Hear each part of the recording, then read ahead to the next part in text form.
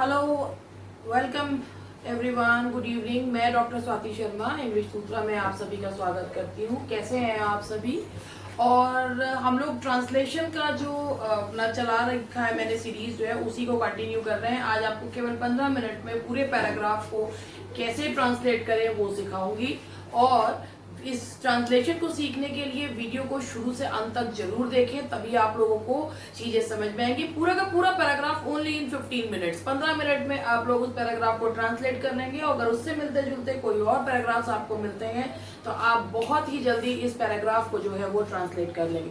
अगर आपको ये वीडियो पसंद आता है तो आप हमारे चैनल को लाइक, सब्सक्राइब और शेयर जरूर कीजिए और अपने वैल्यूएबल कमेंट्स जरूर दीजिए। और जिन लोगों ने इस चैनल को सब्सक्राइब किया हुआ है वो लोग और लोगों को ही बताइए। क्यों? क्योंकि ये जो चैनल है this is meant only for studies and nothing else. कोई फालतू की चीज नहीं, कुछ नहीं, केवल इसमें जो है वो पढ़ने और पढ़ाने के लिए ये चैनल जो है वो बना है। तो चलिए बात को आगे बढ़ाते हुए अब हम लोग जो है स्टार्ट करते हैं पैराग्राफ ट्रांसलेशन इन 15 मिनट्स। ठीक है, तो अब आप ये देखिए, मैं आप पर जो है ट्रांसलेशन जो है वो यहाँ पे शुरू कर रही हूँ। यहाँ से पूरा पैराग्राफ है, पहले मैं एक एक लाइन लिखूंगी फिर आपको समझाऊंगी।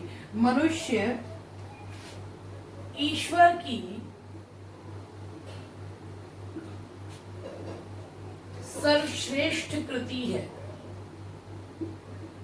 मनुष्य ईश्वर की सर्वश्रेष्ठ कृति है। ये हमारे पैराग्राफ की पहली लाइन है, मनुष्य ईश्वर की सर्वश्रेष्ठ कृति है। अब अगर मैं इस चीज को ऐसे बोलूं कि ये जो है सर्वश्रेष्ठ, ये आपका है सुपरलेटिव डिग्री, यानी कि ये जो एक ऐसी डिग्री है जब आपका कंपैरिजन जो होता है, जब 3 या 3 से ज्यादा के बीच में होता है तो उसे क्या कहा जाता है?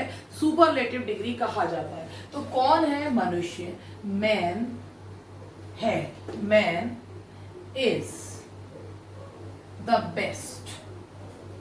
अब यहाँ पे केवल man is the best creation of God अगर हम लिख देते हैं तो वो बिल्कुल गलत हो जाता है, क्योंकि कभी भी जब सुपरलेटिव डिग्री लगाते हैं तो उसके बाद सभी में से लगाना हो तो ऑफ ऑल का प्रयोग जरूर करते हैं। तो man is the best of all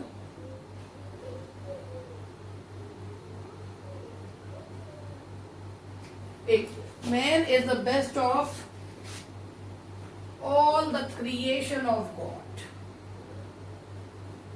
in ईश्वर की man is the best of all the creations of God। God का जी जो है वो हम कैपिटल रखेंगे। उसके बाद हम लोग बढ़ते हैं नेक्स्ट सेंटेंस पे बढ़ते हैं। इसके बाद हमारा नेक्स्ट सेंटेंस है, man is the best of all the creations. अब यहाँ पे देखिए, बेस्ट अगर हम यहाँ पे इतना लिख के छोड़ देते, man is the best creations of God, man is the best creation, या तो केवल इतना ही लिखा है। लेकिन जो चीज इंग्लिश हिंदी में नहीं लिखी है वो चीज भी आपको इंग्लिश में लिखनी है। अगर कभी भी कोई सुपरलेटिव डिग्री आ रही है तो आपको उसके बाद ऑफ ऑल का प्रयोग जरूर करना है। उसके बाद इसका सेंटेंस है कि इसका है आपका सेंटेंस है, उसका मस्तिष्क विकसित होता है। उसका मस्तिष्क विकसित होता है। तो अगर आप इस चीज को देखें, उसका मतलब मनुष्य का विकसित होता है। कहीं पर भी आपको होता है अगर आ रहा है तो उसका मतलब है कोई चीज रखता है, तो आता है यहाँ पे, उसके लिए लगाते हैं हैज या हैव। अगर आपका सब्जेक्ट सिंगुलर है तो हैज और प्लूरल है तो हैव। ही हैज क्या होता है? मस्तिष्क विकसित, विकसित मस्तिष्क, उसके पास विकसित मस्तिष्क। He has a developed mind. देखिए, उसका मस्तिष्क विकसित होता है। विकसित एडजेक्टिव है, मस्तिष्क नाउन है। हमेशा जो एडजेक्टिव है वो नाउन के पहले आता है, तो यहाँ लगाएंगे he has a developed mind. उसके बाद हमारा तीसरा जो सेंटेंस है वो ये है, यदि कोई मनुष्य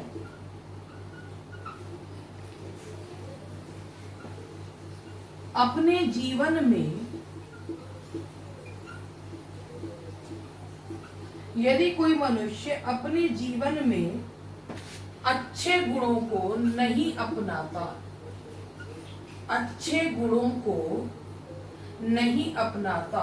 आप एक चीज देखिए कि ये जो पूरा सेंटेंस है ये आपका इफ क्लॉज है, यानी कि ये आपका क्या दे रहा है, कंडीशन कि यदि कोई मनुष्य, जब भी कभी किसी चीज यदि से शुरू होता है तो वो चीज क्या बताता है कि ये चीज कोई शर्त है, तो इसके बाद रिजल्ट आएगा तो क्या होगा, इफ। यदि के लिए लगाएंगे इफ, कोई मनुष्य, कोई के लिए आप लगा सकते हैं ए, इफ अ मैन अच्छे गुणों को नहीं अपनाता, ये आपका जो है प्रेजेंट इंडेफिनिट का नेगेटिव है। If a man does not, क्या नहीं करता, जीवन में अच्छे गुणों को नहीं अपनाता।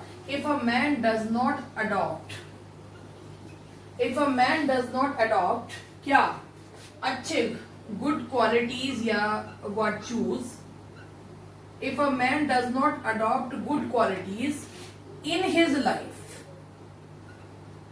यहां तक ये आ गए। अब आप, मैंने ये जितनी यहां तक पैराग्राफ करा है आप उसे देखिए और उसके बाद हम लोग आगे बढ़ेंगे। पहले आप यहां तक देख लीजिए, पहले यहां तक देख लीजिए, उसके बाद हम लोग आगे जो है वो बढ़ेंगे। तो आप लोगों ने, if a man does not adopt good qualities in his life, तो क्या होता है। अब हम इसके आगे बढ़ते हैं, यहां से मैं इसको हटा रही हूं और अब इसको आगे बढ़ते हैं।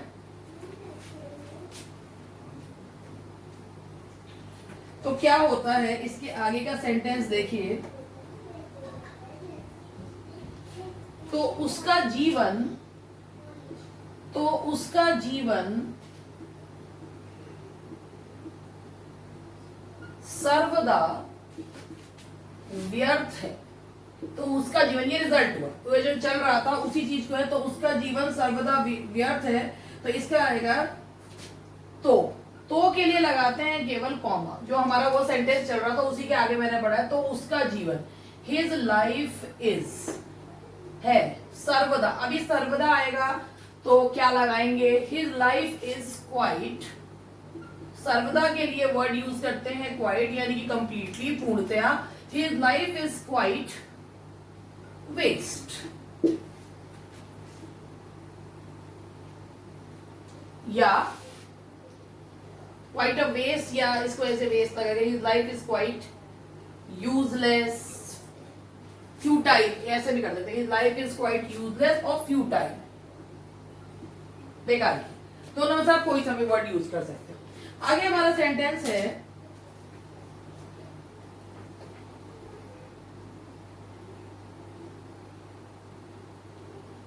यदि उसका आचरण श्रेष्ठ नहीं है, यदि उसका आचरण श्रेष्ठ नहीं है,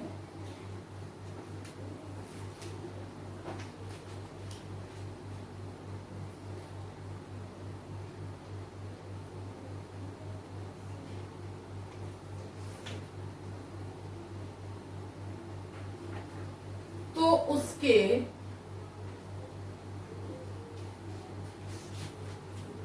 जीवन का उद्देश्य व्यर्थ होगा।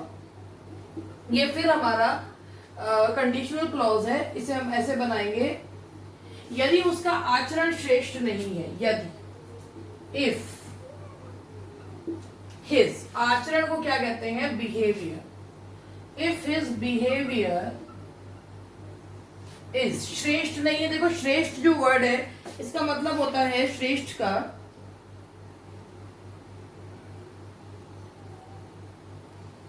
अच्छे को लिए बोलते हैं, क्या मतलब सर्वश्रेष्ठ नहीं। इफ हिज बिहेवियर या इफ हिज कंडक्ट, यदि उसका आचरण श्रेष्ठ नहीं है, इज नॉट गुड या एप्रोप्रिएट, तो के लिए लगाएंगे, मैंने अभी आपको बताया था कॉमा, उसके जीवन का उद्देश्य व्यर्थ होगा। ये पूरा का पूरा आपका ये नेक्स्ट सेंटेंस का सब्जेक्ट है। तो उसके जीवन का उद्देश्य, हिज पर्पस ऑफ लाइफ, जब भी कभी हम काके की वाला बनाते हैं तो ये चीज पहले बनाते हैं और इसे बाद में बनाते हैं। हिज पर्पज ऑफ लाइफ व्यर्थ होगा, विल बी यूजलेस या futile. If his behaviour is not good या appropriate, his purpose of life will be useless. तो व्यर्थ होगा, उसकी जिंदगी जीवन का उद्देश्य व्यर्थ होगा। ये दोनों सेंटेंसेस आपके कंडीशनल सेंटेंसेस में जो है वो बना रहे हैं। तो आप यहां तक इसको देख लीजिए, इसके बाद हम लोग इसको आगे बढ़ते हैं। आगे जो है मैं सेंटेंस को बनाती हूँ, आगे पैराग्राफ को पढ़ाती हूँ।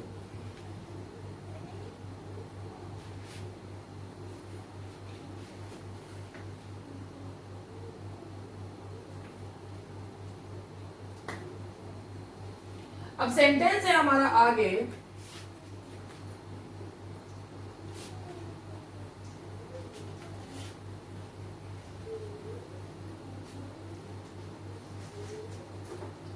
उसे सभी प्राणियों के प्रति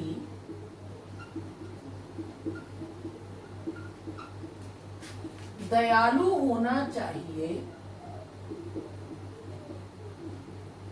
ये हमारा ये सेंटेंस है, उसे सभी प्राणियों, ये उसे मनुष्य के लिए है उसे। जब भी कभी हम ट्रांसलेट करते हैं तो केवल हम सब्जेक्ट जो है वो यहां से लेते हैं, बाकी हम लोग यहां से चलते हैं, उल्टा चलते हैं। तो उसे के लिए लगाएंगे ही। जहां भी कभी आपको होना चाहिए लग रहा है तो यहाँ पे अगर आप जोड़ दे रहे हैं तो मस्ट, और वैसे जो है वो शुड। तो क्या होना चाहिए? दयालु, ही शुड। अब यहाँ दयालु क्या है? वो एडजेक्टिव है। शुड के बाद मेन वर्ब जरूर यूज किया जाता है। अगर मेन वर्ब नहीं आए तो आप यूज करते हैं be. He should be generous और kind hearted towards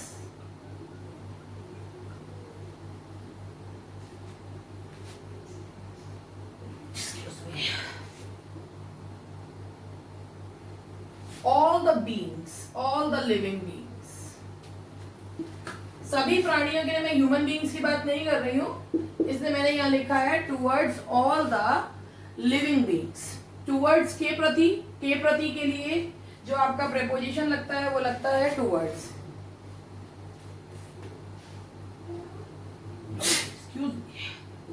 the next जो इसका नेक्स्ट सेंटेंस है वो ये है,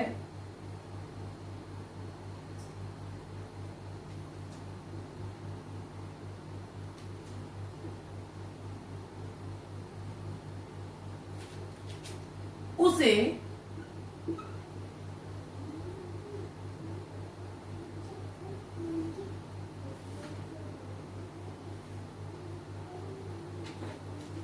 सभी के साथ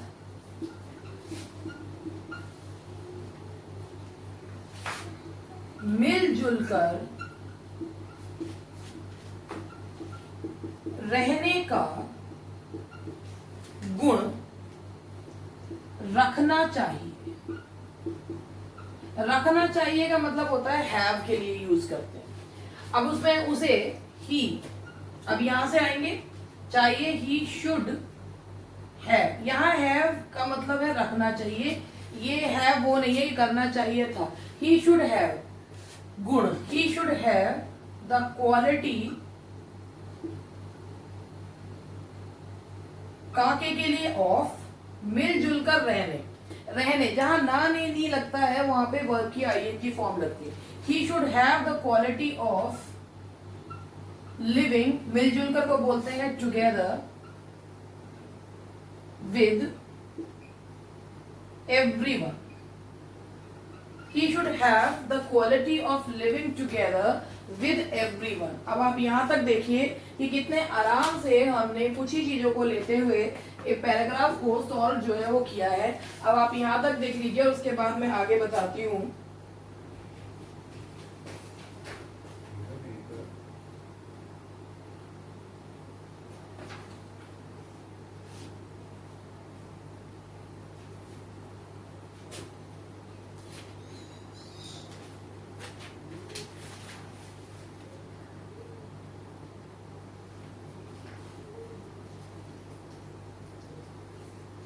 अब इसके बाद इसकी एक लाइन ये है,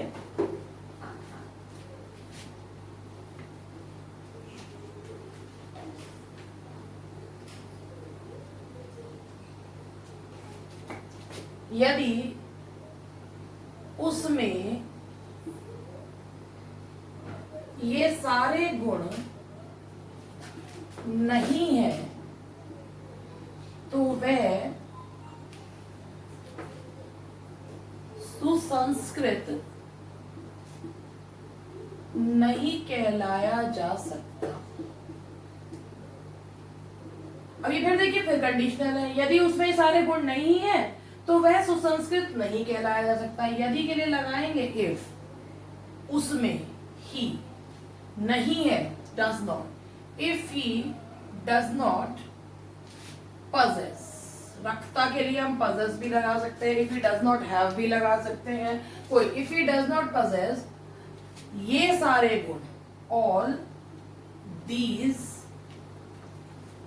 qualities, तो क्या होगा, तो के लिए लगाइए कॉमा, वह सुसंस्कृत नहीं है, वह कहलाया जा सकता, जा सकता के लिए लगाते हैं कैन बी, कहलाया, कैन बी के बाद लगती है वर्ब की third form, he can not be called cultivated, तो वो सुसंस्कृत नहीं कहलाया जा सकता।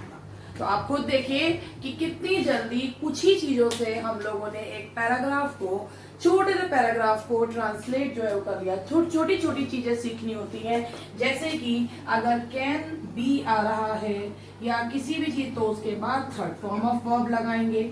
यदि विल शैल आ रहा है तो वर्ब की फर्स्ट फॉर्म लगाएंगे। मॉडल आ रहा है इनके बाद, लेकिन अगर बी लग जाए तो वर्ब की थर्ड फॉर्म यूज की जाती है। अगर सेंटेंस का वर्ड ना, ने, नी पर खत्म हो रहा है तो वर्ब की आईएनजी फॉर्म या टू प्लस वर्ब की फर्स्ट फॉर्म यूज करते हैं। और अगर सेंटेंस जो है वो आपका इस पर आधारित है कि एक शर्त रखें और उसके बाद जो है उसका रिजल्ट आए, आप इसके लिए मेरा वीडियो कंडीशनल्स वाला भी जो है वो देख सकते हैं, जिसमें मैंने डिटेल में कंडीशनल सेंटेंसेस को एक्सप्लेन जो है वो किया है। तो थैंक यू वेरी मच। आज मैं आप लोगों को पैराग्राफ ही जो है वो समझाने के लिए आई थी, आप लोगों ने यहाँ तक ये देख लिया होगा। और आज मैं आपको 15 मिनट में पैराग्राफ को कैसे ट्रांसलेट करें ये सिखाने के लिए आई थी। होप कि आपको ये चीजें पसंद आए। थैंक यू वेरी मच, मिलते हैं कल।